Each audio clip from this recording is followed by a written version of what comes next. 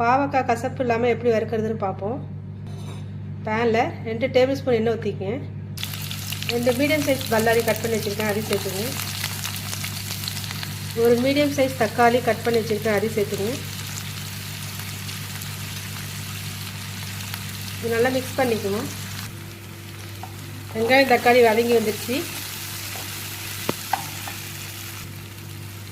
ஒரு கொத்து கருவேப்பிலை சேர்த்துங்க. 1 டீஸ்பூன் சோம்புத்தூள் சேர்த்துங்க. 1/2 டீஸ்பூன் மஞ்சள் தூள் சேர்த்துங்க.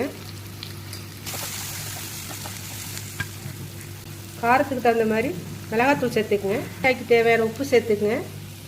ஒரு 1/4 கிலோ பாவக்காய் க்ளீன் பண்ணிட்டு கட் பண்ணி வச்சுருக்கேன், அதையும் சேர்த்துக்குவோம். மிக்ஸ் பண்ணி கொடுங்க. பாவக்காய் கொஞ்சம் தண்ணி சேர்த்து வேக விடுங்க. இப்போ அடுப்பை சிம்மில் வச்சுங்க. சிம்மில் வச்சுட்டு ஒரு 5 மினிட்ஸ் வதக்கி கொடுங்க. இந்த ஸ்டேஜில் நீங்கள் பரிமாறலாம்.